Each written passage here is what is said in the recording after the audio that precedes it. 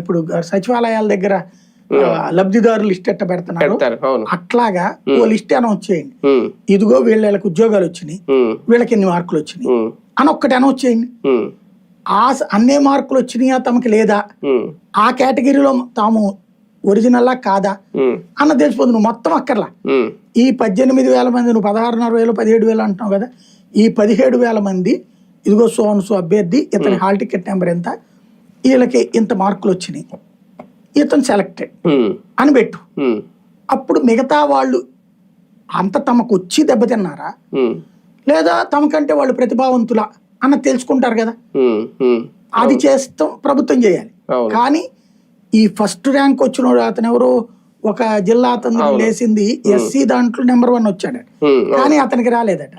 ఇంకొక అమ్మాయిది 30 వచ్చినటువంటి అమ్మాయికి రాలేదట, 300 వచ్చిన వాళ్ళకి వచ్చిందట. అదేమంటే స్పోర్ట్స్ కోటా అన్నారు.